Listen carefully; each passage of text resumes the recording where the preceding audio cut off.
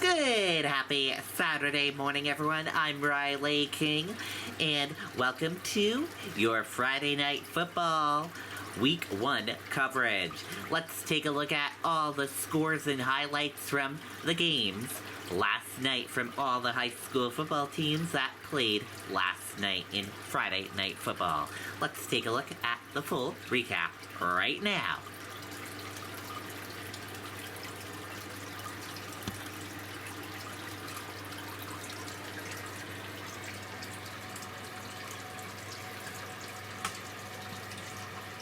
And here we go. Friday Night Football, Week 1 is in the books. Whoa, sorry. You probably didn't catch all that. Glad you can see. Fidium and...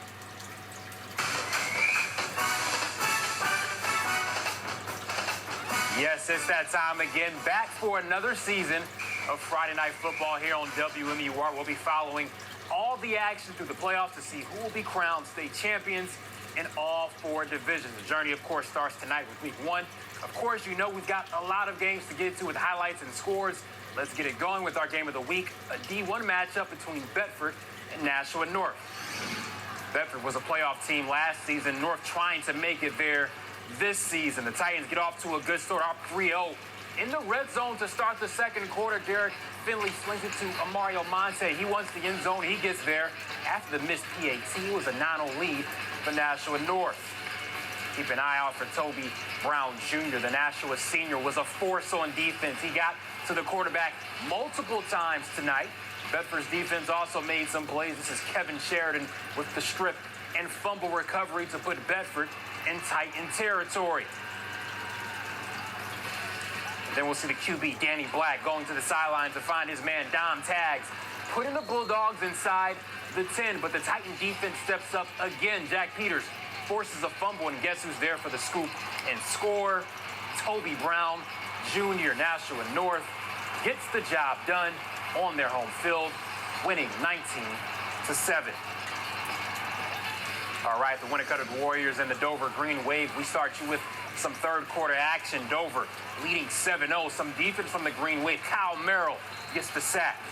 How about some offense from Dover? Ryder Albin dropping back. Nothing. Okay, just pull it down and make something happen. 1 tackle, 2 tackles, 3. Just get off me. What a run for Ryder Albin. And yeah, he knows it too, making sure the defense knows it. That home crowd also loving it for the Green Wave. The junior Albin saying, don't sleep on my arm either. I can get it done through the air. He finds Brett Davis for the TD. Dover goes up 14-0 after that. Winnicott needing some offense. Warriors quarterback Connor Finland getting some yards with this run.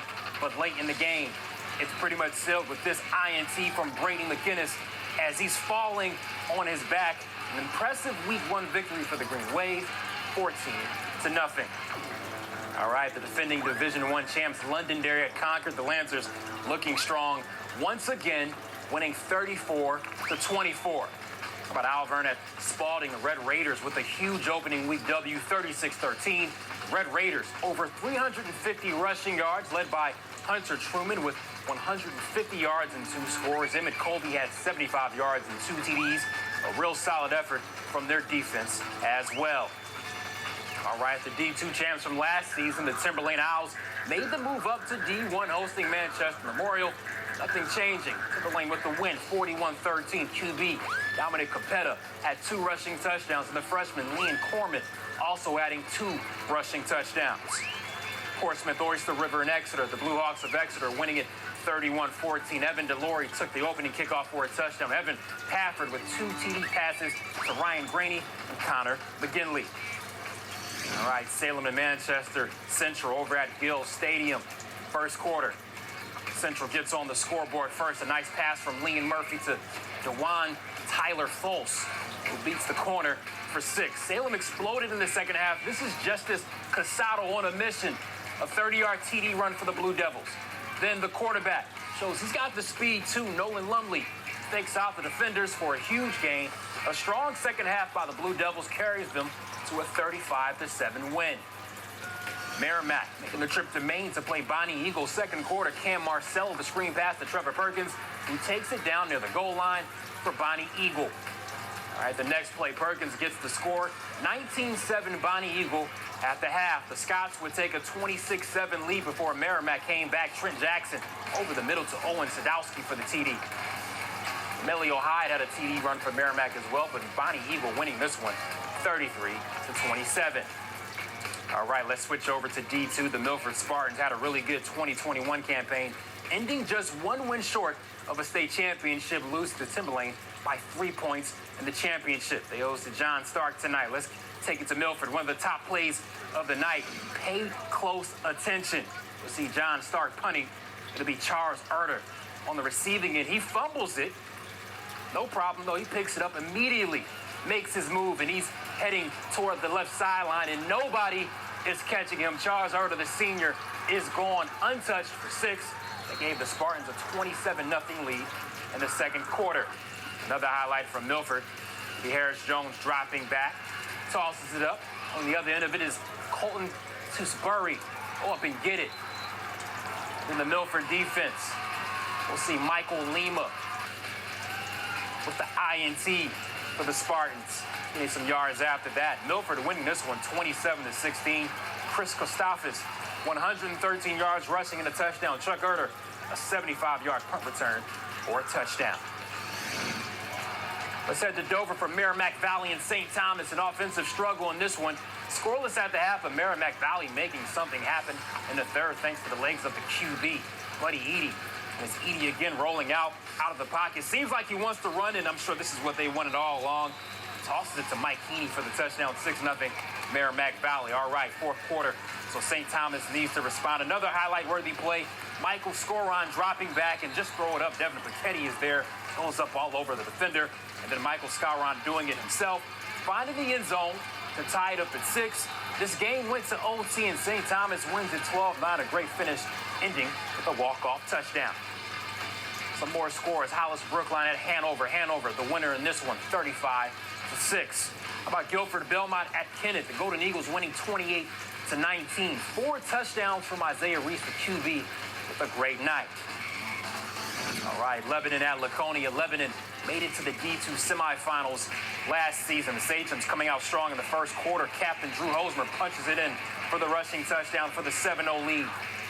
Laconia driving again. This time Hosmer is stuffed by Lebanon's Tanner Ames. The nice tackle for a loss. A big play here from Laconia's defense. Lebanon's Sawyer Blalou tries to find an opening, but it'll be hard getting past Keaton Beck this season. 6'6", just a junior, forcing the fumble.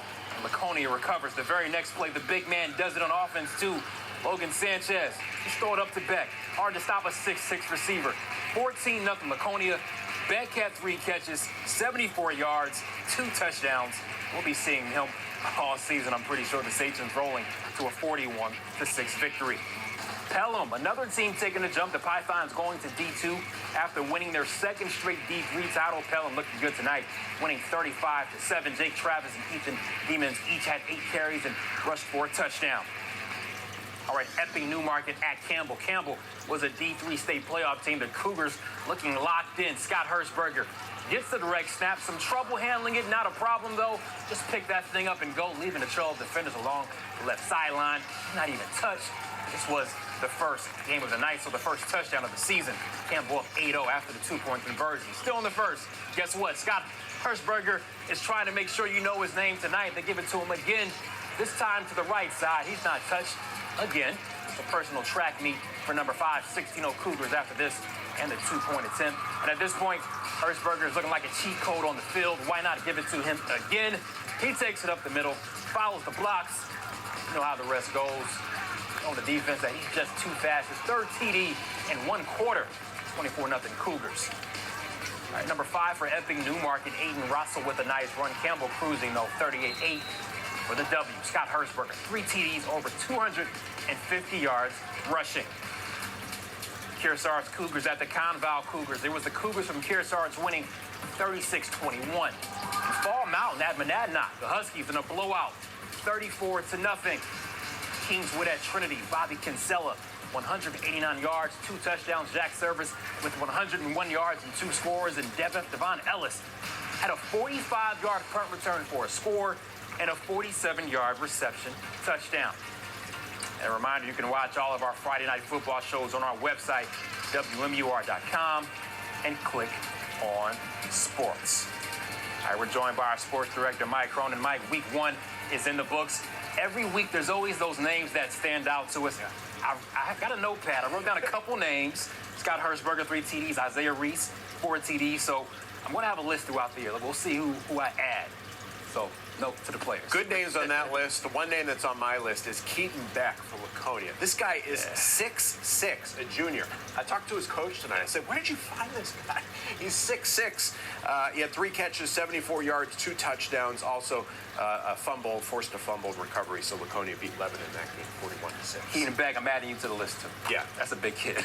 Just one of many. 3 names we got there, and many more to come this season. For sure, for sure. Okay, there you go, and that is your Friday Night Football Week 1 in the books. We'll see you back here next Saturday for Week 2 of Friday Night Football recaps. Thank you for watching, and have a great day. Goodbye.